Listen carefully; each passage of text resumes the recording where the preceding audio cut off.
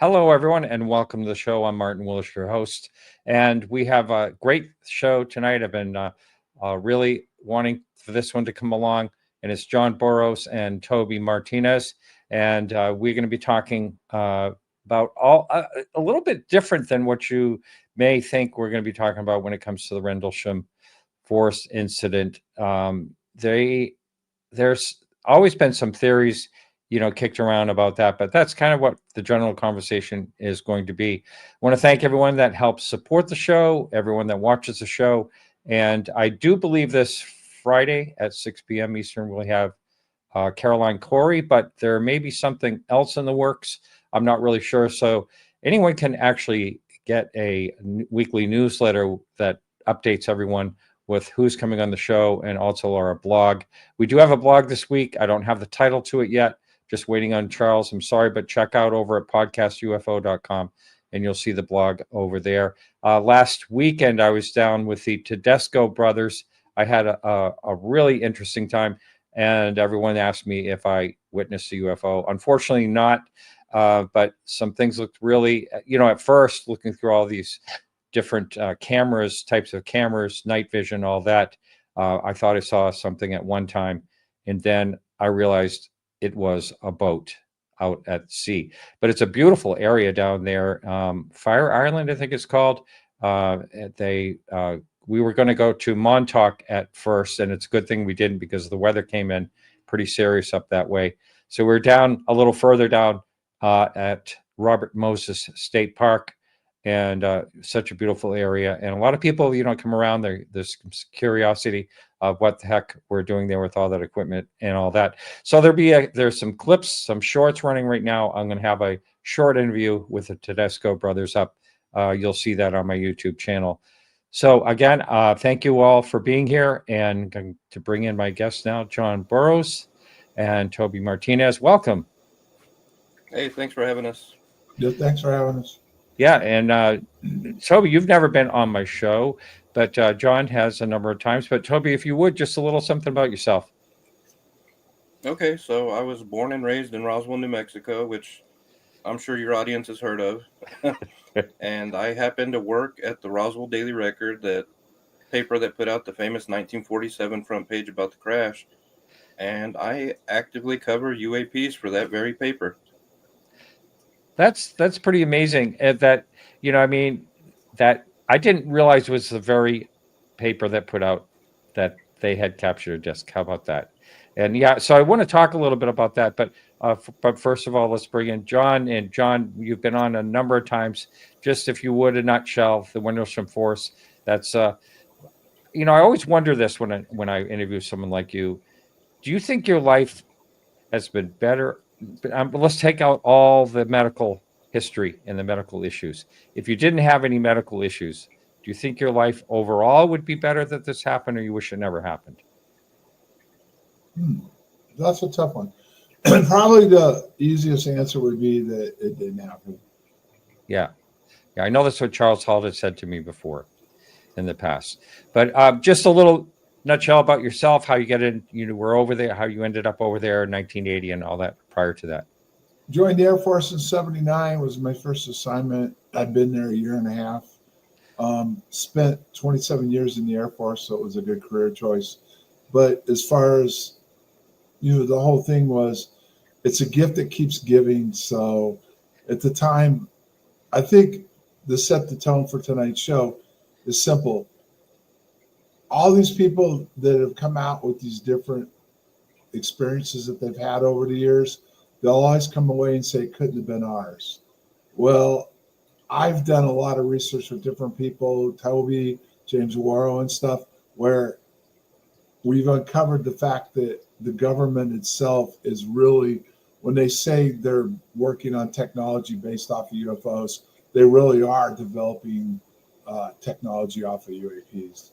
So what we experienced over those 3 nights was both a real UAP and what they were doing, studying the UAP and the different stuff that they were working on when we went out into the forest.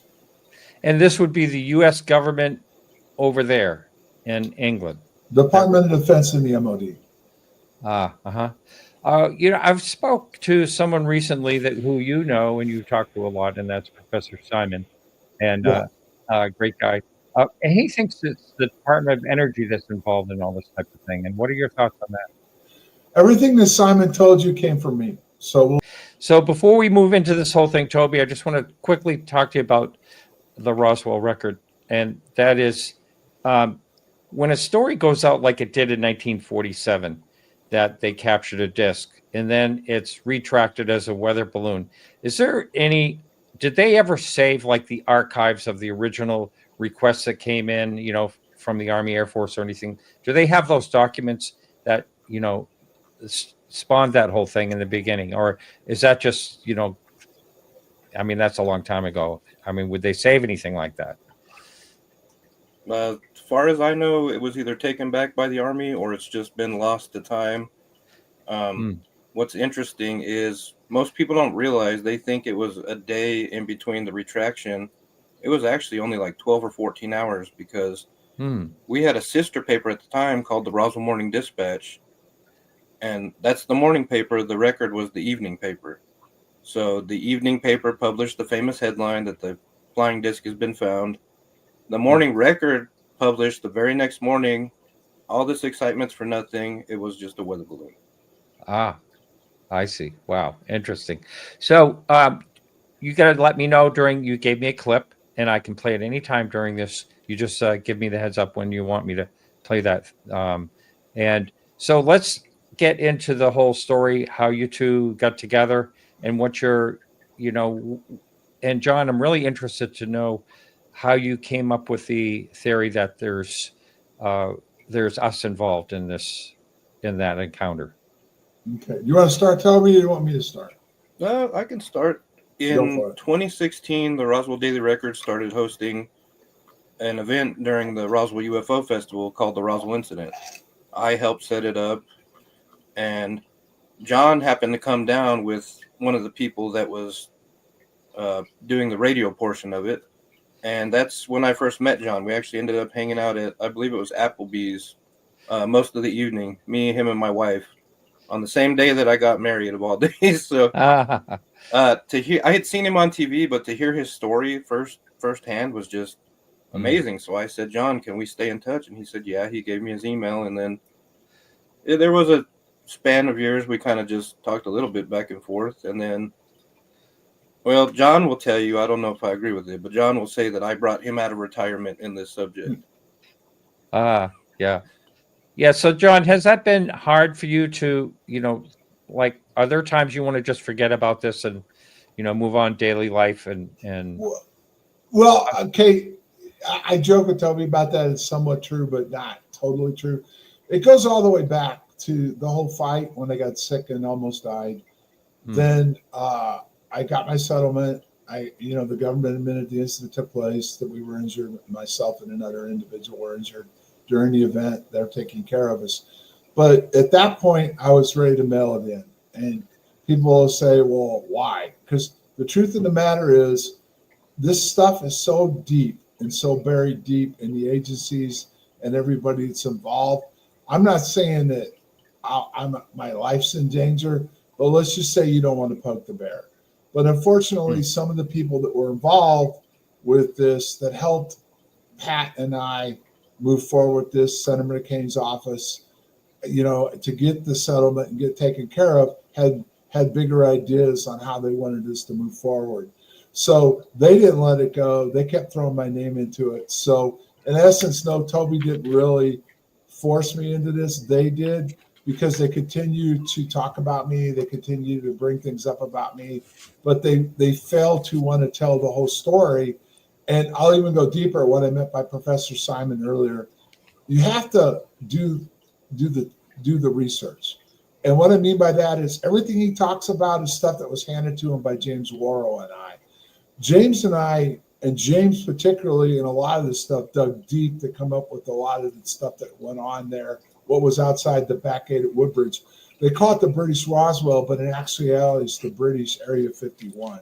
And there's so much stuff that was worked on back there, and what was going on during our time frame of our incident, that at the time when I walked out of that field on 2 different nights, I couldn't explain it. So the easiest way to do it was it had to be from somewhere else.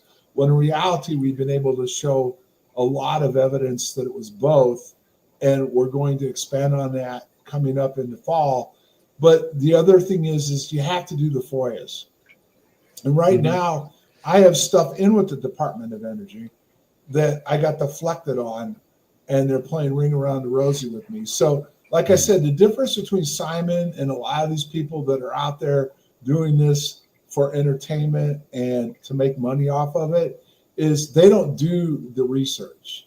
They just do a show, and they want to reap the benefits off of people like me that have suffered the consequences. Well, in essence, maybe you think I might be doing that. No, I like to have interesting guests. No. See, the difference is you're doing a radio show. He's coming off like he knows what's going on. And that's the difference. He comes out and he dramatizes Rendlesham. He set up Colonel Halt one time where he did a video that he got a lot of hits on, where he made it look like Colonel Halt knew exactly what happened to us and was part of the cover-up. And he did that by tying in different interviews that he did. And that's disingenuous. There's a difference between interviewing people and doing the show and then trying to come off on an expert on something that somebody experienced. I see. So one thing I always forget about this is, and I get email from people all the time, and our audio podcast is really kicking butt, so to speak. There's sometimes 150, 160,000 downloads a month. So it's been going really well on the audio. But what I'm getting at is there's a lot of new people that I get emails from that, hey, I saw this on TV and I'm listening to your show or that type of thing. So if you could, even though it's probably painful to do it and you've done it a million times, please, John, if you would, a nutshell of the whole incident, if you would, just for the new listener. So for the new listener, here's the deal. Rendlesham Forest happened it'll be 45 years in December. Okay. It happened over a 3-day period, the main event. What I mean by the main event, the one that's got all the publicity. There was other people that had stuff happen to them before our event. There was British citizens that had different encounters and sightings prior to our event. And there was stuff that happened after our event that continued on almost to this day. It kind of died out over COVID, and it had less to do with the fact that there may not still be stuff going on, but a lot of the people had to stay home and then have gotten older and haven't gone to the forest as much. But there's stuff that still goes on, from what I've heard, still to this day. But the 3-night event started on Christmas night at 11 o'clock when we came on duty, but the first event happened at 0300 on the 26th.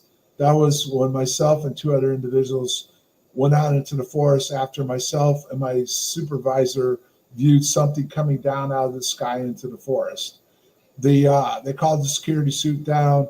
They did some checking on radar, and they found out something disappeared on radar. And we went out into the forest, and we had a brief interaction with the whatever it was on the first night.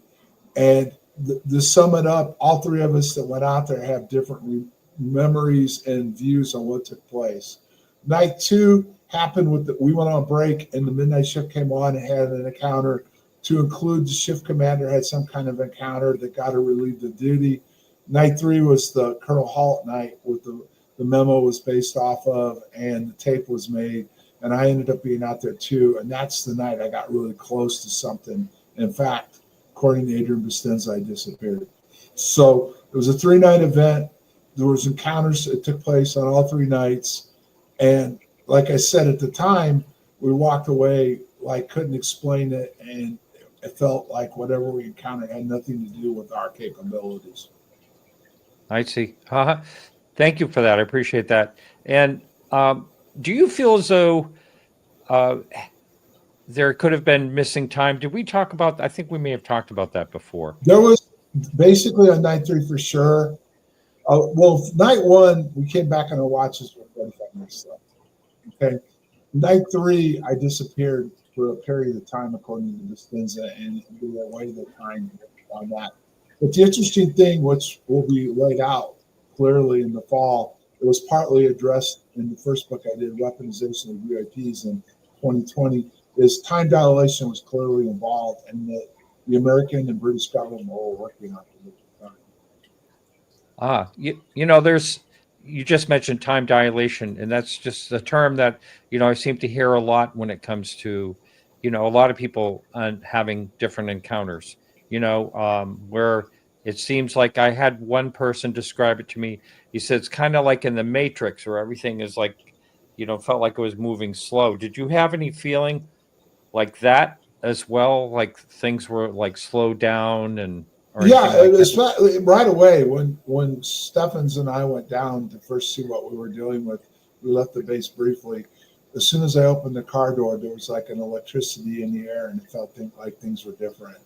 And whenever we got close to it, things felt different. But as soon as it disappeared, it felt like everything was normal again. Yeah. So I've talked about that since the very beginning. So people that will try to come back and say I brought this up years later, just go back to the Unsolved Mysteries interview I did way back and I talk about that too. So yeah. And just one thing I want to touch on real quickly, just for a second, and move on from there. There was always talk about, the drugging after during the debriefing and all that. And I just wanted to know if that was the case, would that have been sodium pentothal or any idea? First word was sodium pentothal, then it was sodium amethol was brought up. I have no memory of that happening to me. Peniston has claimed it happened to him for sure. The thing is about it is it all ties into what's going to be unveiled in the fall, that MK Ultra never went away. In fact, it plays into UAPs. So when MK Ultra got exposed in the 60s and 70s, and then they claimed they destroyed everything, everything got packed up and moved over to the United Kingdom. And there was research going on. And it plays into the whole weaponization and everything else. They were doing it for a reason, just like all the other stuff that's going on. So I screwed this up, Toby. What's the name of the congressman that just came out and said we're third generation Tic Tac now? Is that? I believe it was Burleson. Burleson. Yeah. Well, interesting enough, I talked about that in 2020 with Laura, and I've said all along, and I got attacked for it, that was not. It was not a natural UAP. It's our stuff, and it all goes into the propulsion system, which creates the time dilation bubble through plasmas and everything else, which all goes into what a UAP is. And during the hearings that I had been asked to testify on, and I told Burchett that I had no desire to really go up there, number one, but number two, I'd have to be subpoenaed, and number three, I would want to talk about what happens to people like me in the military and Adrian and other people that have been exposed to this. There needs to be some kind of system so we could be taken care of, never mind the civilian public. But ultimately, it comes down to the whole thing, which if you want to take it to like Star Trek, cloaking, but it's not cloaking, it's creating a bubble.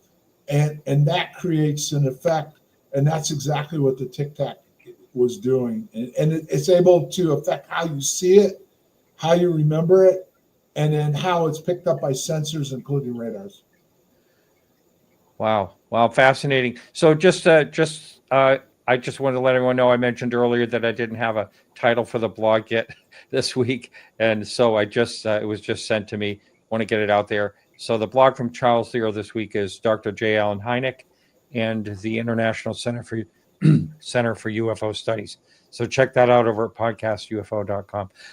Thank you, John. So, Toby, how did you get? I know you said you started hanging out and everything, but how did you get into the research part of this, and how do you research something like this? 4 years? Well, I guess for me it goes back to May of 2023. I did a long expose article for the Daily Record on John's case, and even though I had known about it and seen shows on it and everything, by interviewing Senator John McCain aide, what's her name, John? Cheryl Bennett. Cheryl Bennett. And Pat's lawyer, Pat Fresconia. I'm sure I got his last name wrong. I learned some interesting things about the case that I wasn't aware of. Cheryl told me in the process of trying to get John's DD-214, which is his military service record that would prove he was at Rendlesham at the time, that she was actually sent at least 20 different DD-214s with different dates, and none of them had John in the service at the time of the incident. I remember that when they were So- saying he wasn't even in the service, which is crazy. Yeah.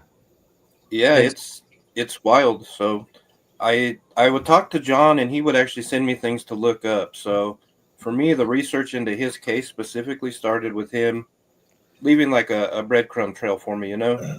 He had already been through this. Him and James Worrell had already done deep dives into all this. So a lot of it was going back and reading his book and then just trying to pick his brain whenever I got the chance. That evolved into us having some time out near Famous Ranch, I guess you'd say, John, where some interesting things That's happened. where you brought me back into this. That's the part where you really, we went out to Skinwalker Ranch, and Toby got a taste of what I've dealt with over the years. Yeah, and John, you like attract things, right? I mean, you have this. That's what. Whoa, time out. That's where I don't want to claim that I do. I want to just tell you on two different occasions, once with Toby as a witness, and another time in Sedona, weird things have happened. So yes, there is some evidence that when I show up in areas that have known UAP activity, that things will take place. But I'm not going to go on the record like I'm a Chris Bledsoe and some of these other guys with show up with me and I'll show you a UAP. Well, I wish I had you with me with the Tedesco brothers this weekend. We could have pulled something out of the sky, maybe. Who knows? But we'll see. Yeah, we're going back on one more big adventure in the fall, so we'll see. Wow. So, John, when this all happened to you at the time, and you had to be quiet about it. I mean, was that like a really tough time in your life when this crazy thing happened, but you weren't? I don't know. Were you not allowed to talk about it at all, or how did they approach that? Well, it's twofold. Okay, it's no different than what happened with me with all these government people that showed up after I got sick. It's getting people to believe what you're telling them anyways. So for me, I was 20 years old. Went out into the forest 2 different nights. Weird stuff happened. Couldn't explain it. When I went in front of my chain of command, they told me that they were looking into it. I wrote a statement that to leave it alone. They had questions, they get back to me, and I was happy with that because people got to realize 1980s way before all this social media stuff. I think there was one thing that somebody else said. I can't think of his name. Who's the guy came out with the spear, Toby? And Hamim Hossein. No. It's a guy that they're using in my place now. The guy. Jake Barber. Yeah, Jake Barber came out and said his injuries were just like mine and blah, blah, blah. But he said one thing, that if Rendlesham would have happened now, they couldn't have covered it up. But back in 1980, they could. So for me, it was really easy just to let it go. The problem is that I got to my next base, and there's a guy that was at my first base with me. He ran his mouth about it, and then people started asking questions. Then I PCS to my third base, and that's when the News of the World story broke, and then everybody started chasing me. So in reality, I probably wouldn't have said much at all, but thank God I did, because if I hadn't been exposed and took it by the bull by the horns, I probably wouldn't be alive right now talking to you. So that's right. And I don't know how you. I always had a lot of respect for John McCain. I don't know how you championed his office to pay attention to that. Was that quite a process to do that?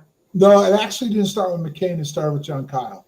And I first started with trying to go to a Democratic congressman who's now a senator out there. And it was a joke. They didn't even want to look at it.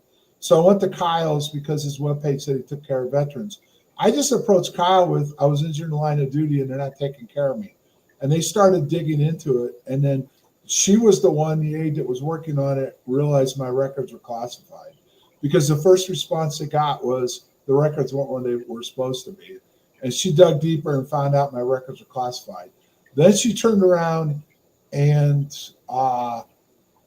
tried to, she had me do claim for disability, because that should bring my records out. Well, according to the VA, both with Kyle's office and McCain's office, they didn't have access to my records. But interesting enough, this time I'll show it. The settlement that I got actually shows that they actually had my medical records. So they were lying to both Senator Kyle's office and McCain's office. But Kyle was retiring, so he handed it over to McCain's office.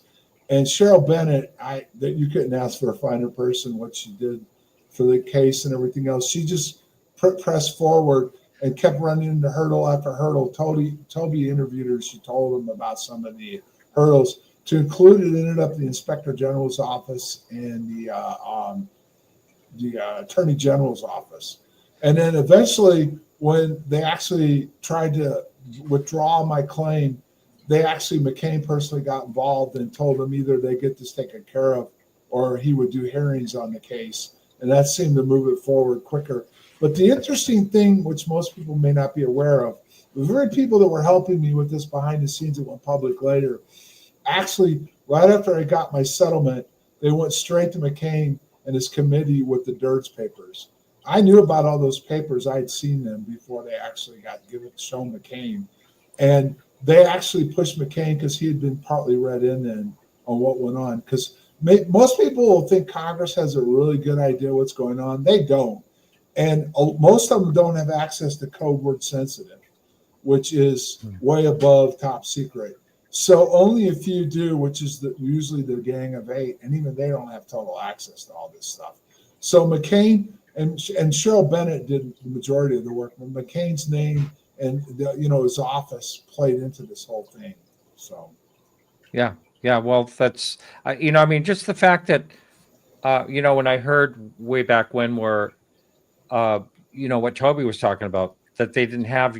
They didn't even have your records that you were in the military or something crazy like that. Maybe there was a rumor, but the whole thing was. No, there was two things that went on. First, they denied I was in from 79 to 82. That was a fact. I've got documentation to show it, and that's what we were up against. And then the second thing is my medical records. They wouldn't give them access to my civilian doctor for my heart issues, and those are still classified to this day. Isn't that something? So, Toby, what type of hurdles did you run up against? What he was talking about? Did she run up against when she was trying to move that forward? Oh, Cheryl? Yes. She was completely stonewalled from the beginning. Like I said, she told me she has 3 stacks that are probably at least 12 inches tall of different service documents for John, and none of them are the same. It took her an amazing amount of time to get the proper documentation to prove he was ever in at the time of Rendlesham. So she's a really passionate woman that really cares about helping veterans, and I think just seeing what she did for John and the fight that she put in really speaks to that and to her character, because she had to fight tooth and nail to get. It's a simple thing, you would think, right? He served his country. Here's the paper showing he did it. Yeah. But because this crazy event happened and he was injured, all of a sudden, well, maybe he wasn't there. When he knows damn well he was there, they know damn well he was there. So it blows my mind, and I don't think people understand the implications of this. Medical records that are classified.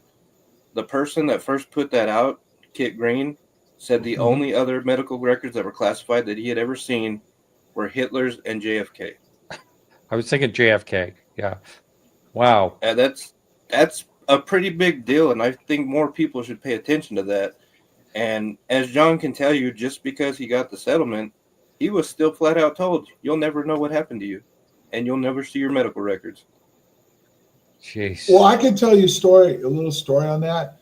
We were at the point when she was working on this. She got off with AFLPC, which is the Air Force Manning System. And they told her there was no records of me being in from 79 to 82. So she called me, and I kind of challenged her like people challenge different things. She goes, look, call him. Here's the number. Ask for this person. So I called him, and I got the same master sergeant on the phone. And she said, there's no evidence that you were in from 79 to 82.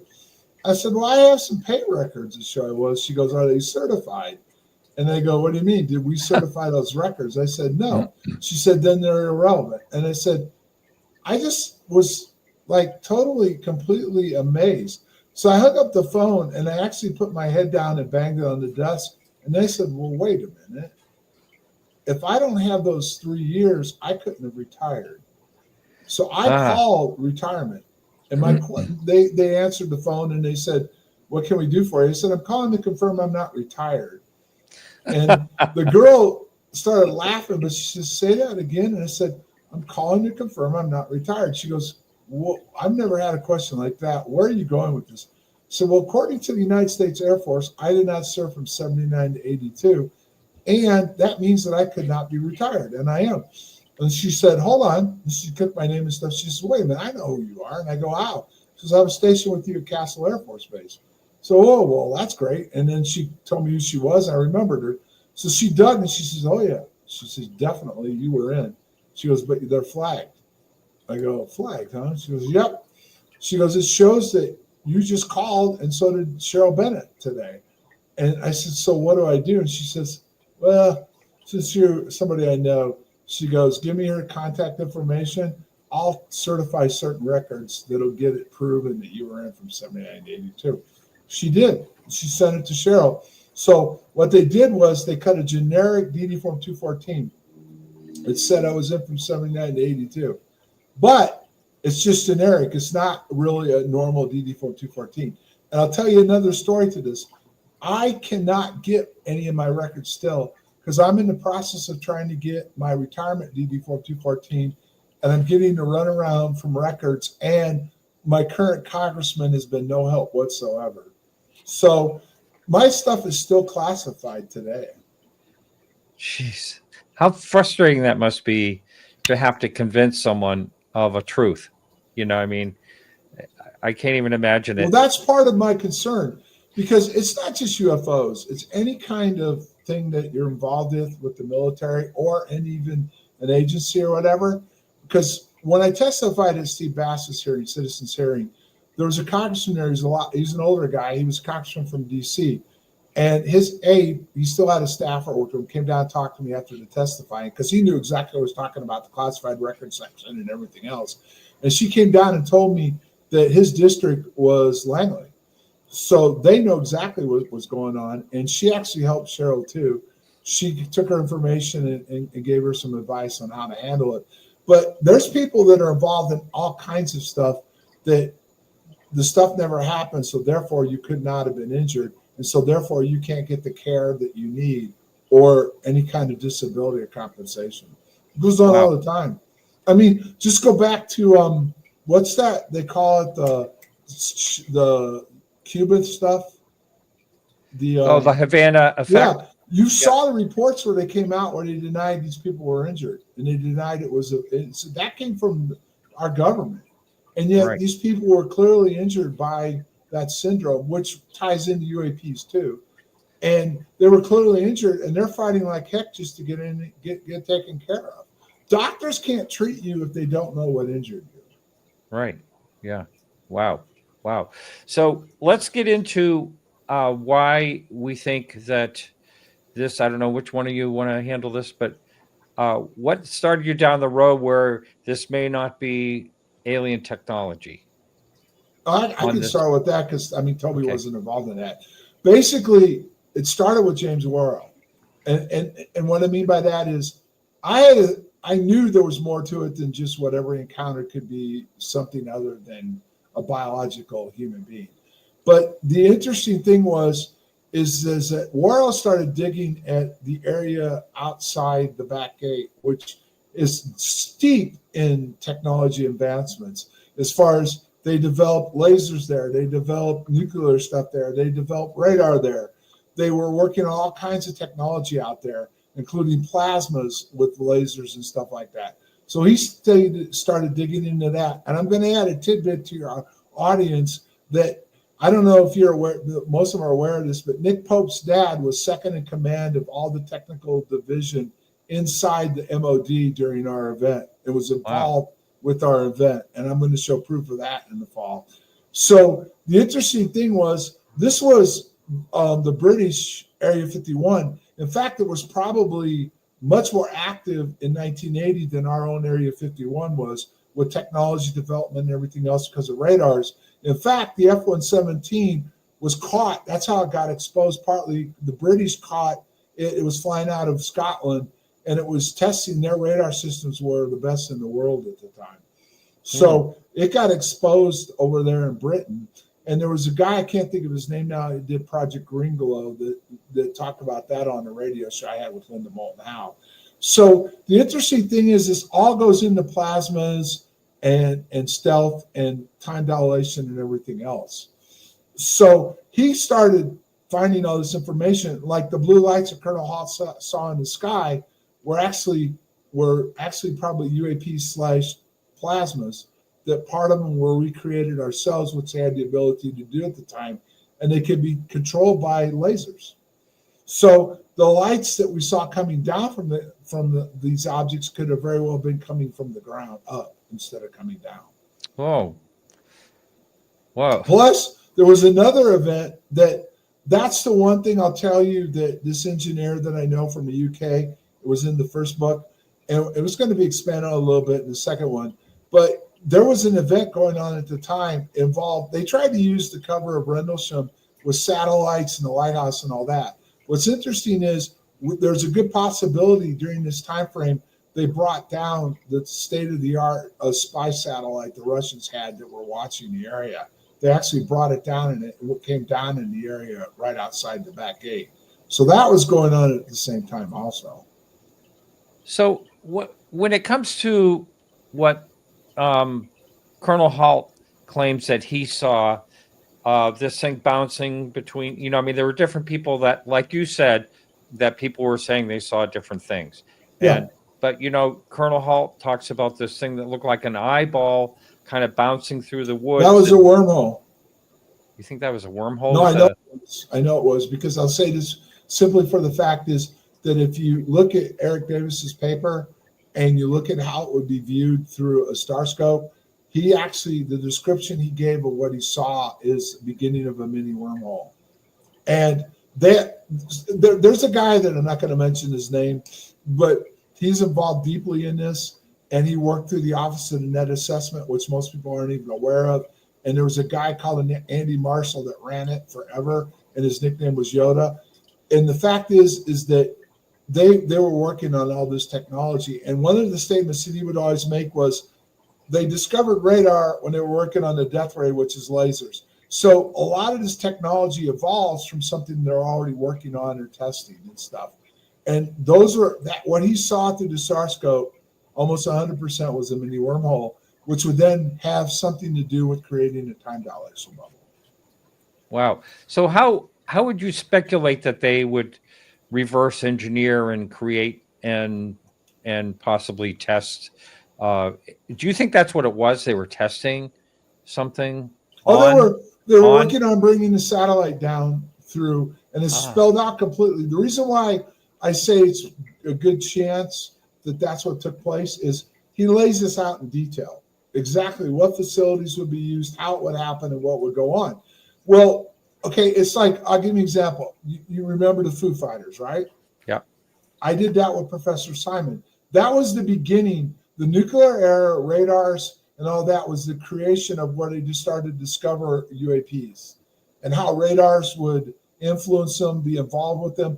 And I've told Toby this. Most likely Roswell had something to do with radars because they just put a radar system online down there right before the Roswell event. And these frequencies that these radars create and do and will cause these different effects. And I did a special with Simon on that. But he didn't do the research, Worrell and I did, and he was just part of it. But there's a difference, like I always say, between being involved in something and researching it. And my hat goes off to James Worrell for all the hard work he did on these different areas and projects. And then now with advanced AI, you can go even deeper into these projects. And I found 3 projects that people weren't even aware of that were taking place right outside the back gate in Margaret Thatcher's administration was involved in it. Now there was I'm trying to remember Lord Nell or something Lord like that. Norton. Yeah. Okay. He would have been equivalent of Pete Hegseth's job as Secretary of Defense. Well, he got involved in that whole situation, and I mean, wouldn't he have had some inside information No, before? No, he no. wouldn't. It's No. code word sensitive. The United States uses that. It's SAP programs and above. The need to know. And when you're in the R&D and initial operation stuff, a lot of times it's so compartmentalized and kept secret that the only time that it's actually briefed even to like the prime minister or the president is when it's going to be utilized. All right. So, John, you were injured by whatever this was. Yes. And do you think, I mean, would they actually test something like this when there could be the possibility of injuring, servicemen? Time after time. Look at MK Ultra. Look at the nuclear bomb tests, the radar tests, all this stuff. They've done it over and over. The Nimitz, and I always forget the other incident, the gimbal incident, I think it was. Yeah. I called it. The Roosevelt? I'm sorry, what? It's the Roosevelt? Yeah, the Roosevelt, right? Those are both located by facilities that no one wants to acknowledge. Lou Elizondo almost gave up the goods on unidentified. But it was interesting, obviously the interview was done and they cut it. He was in a segment talking about it. And as the segment was ending, he said, there's a lot of stuff involved that was set off of Catalina Island. And they broke for the commercial. And when they came back, they didn't talk about what it was. So there's a lot of stuff that's in these different areas that these two incidents took place that played into those incidents, including the second one is where they said they saw drones.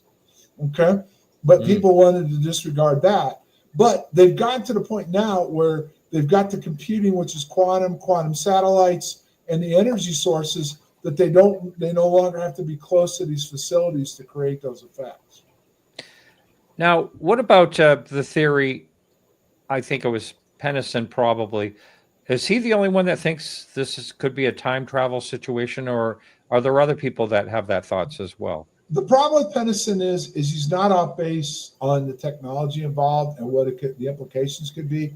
My issue with Pennison was always twofold. Number one, he didn't come out with the facts till years later, and then the excuses he provided weren't truthful, because some of the excuses he provided I was there when he could have exposed the notebook in the early 90s and he didn't. And then he held on to the codes till later. But the fact of the matter is that it very well could involve time travel, yes, which is what time dilation is. Wow. And how is this just beyond understanding, or is there some way you can?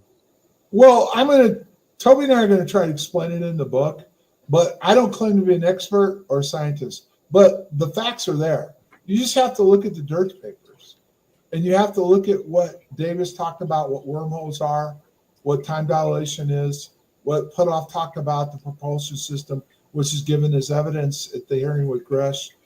The evidence is there. The problem is the nuts and bolts UFO people don't want to accept any of it.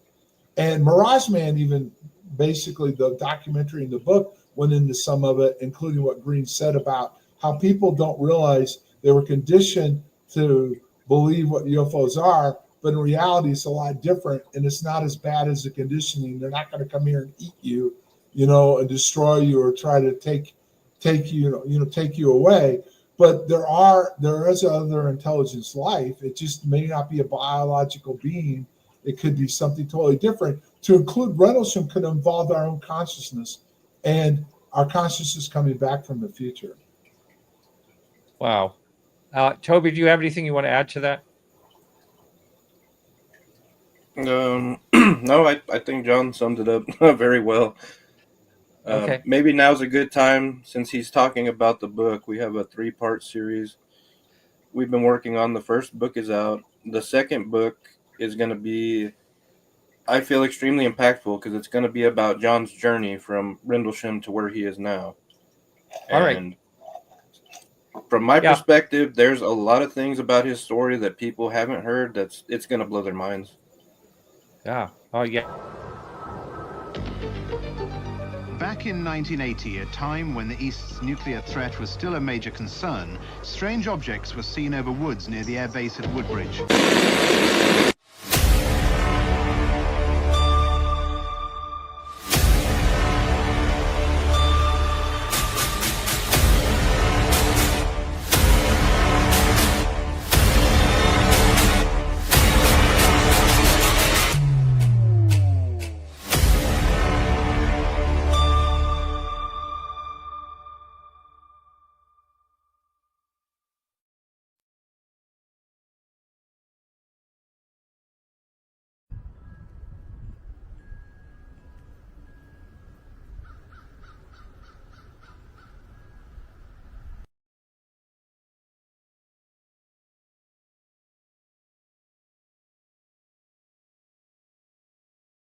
Okay, we're back.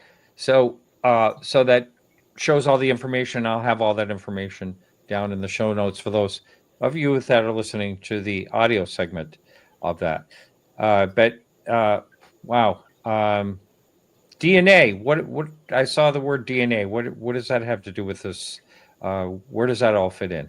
That has to do with the fact that it was a long story, but the short gist of it is Kit Green, when he first showed up, met with my attorney, Pat Frasconia, then came out to Sedona with Pat and his wife, who's an attorney and a nurse, evaluated me, and then wanted to take a DNA sample. And it wasn't the normal one where you spit into a tube.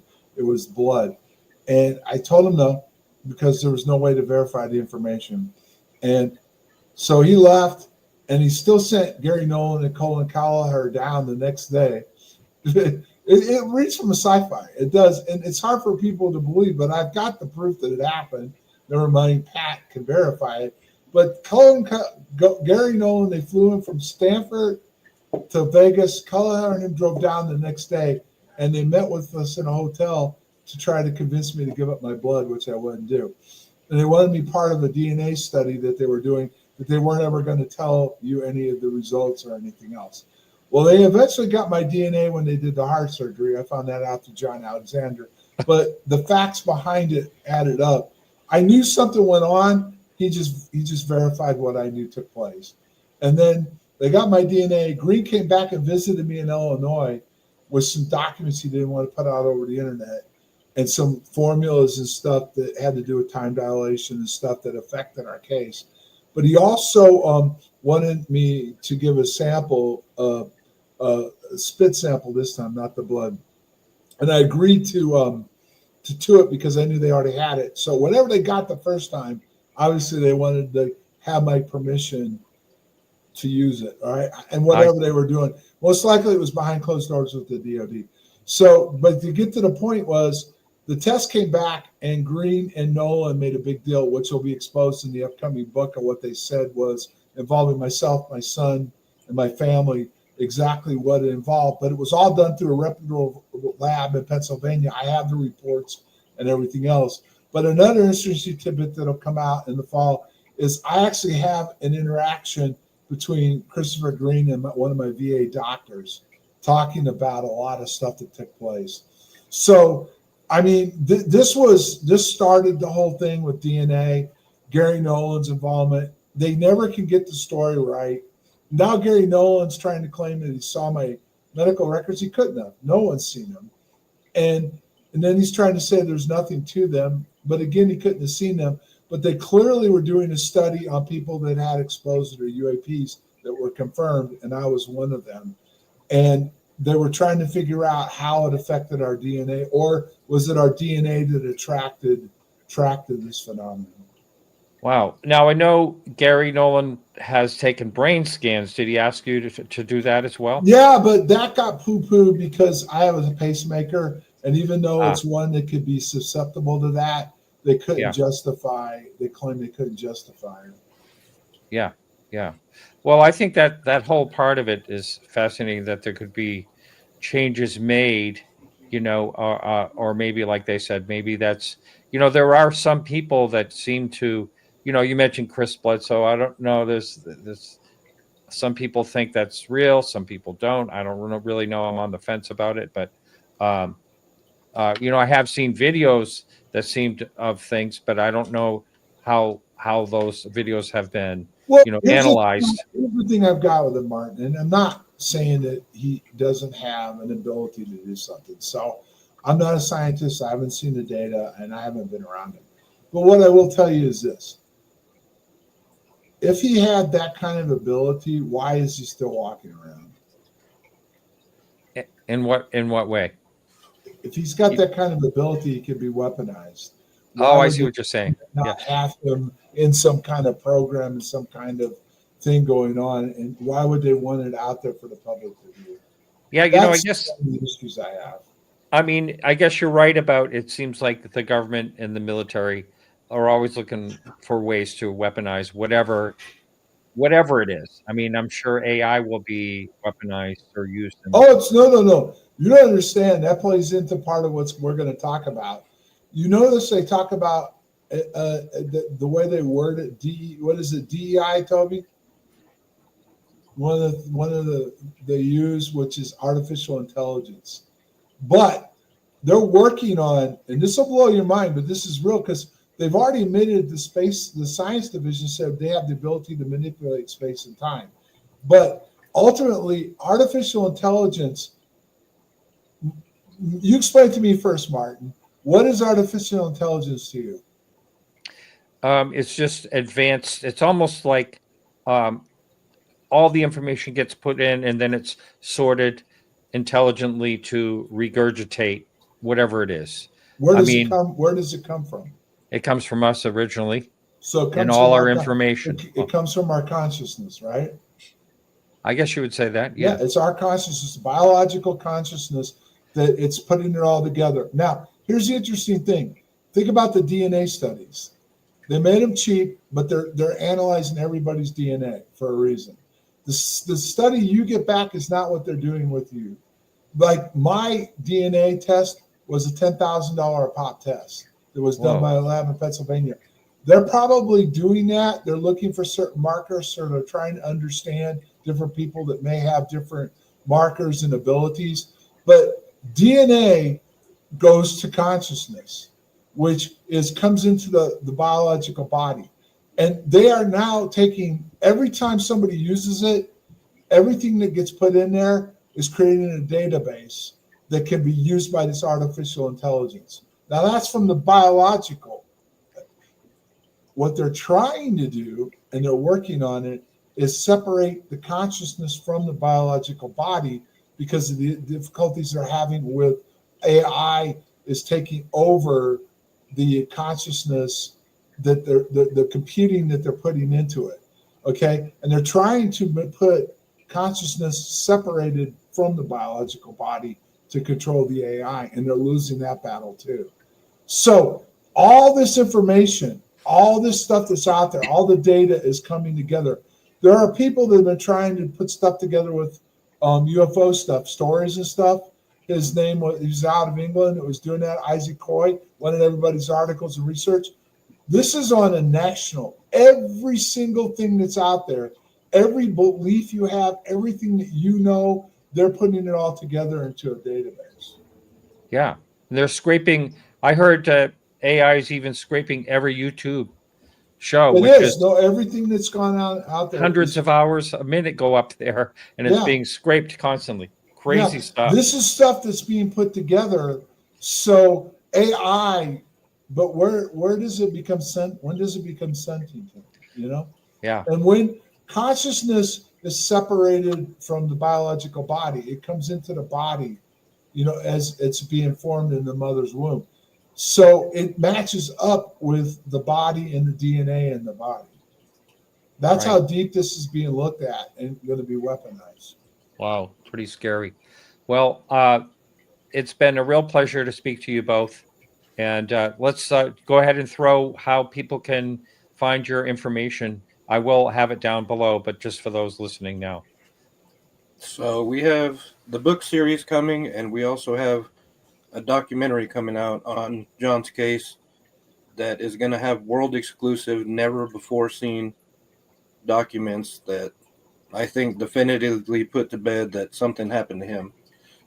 So definitely keep an eye out for both of those things. The website is warintheshadows.com. And Martin, I'd like to give a shout out to my Roswell research partner, Paul Simonis. He heard I was coming on your show and he was really excited. Oh, great. Yeah. Maybe we can have me and him on because we're digging up new information on a case that's almost 80 years old. That's just mind-boggling. Love to have that. Yeah. All right. Well, thanks so much to you both. It's been a real pleasure. Thanks for having us. Thanks for having us. All right. All right. Take care. All right, everyone. We'll be back next week. And thanks so much for tuning in. And we'll also be here on Friday at 6 p.m. every Friday at 6 p.m. Thanks so much. And remember to keep your eyes to the sky.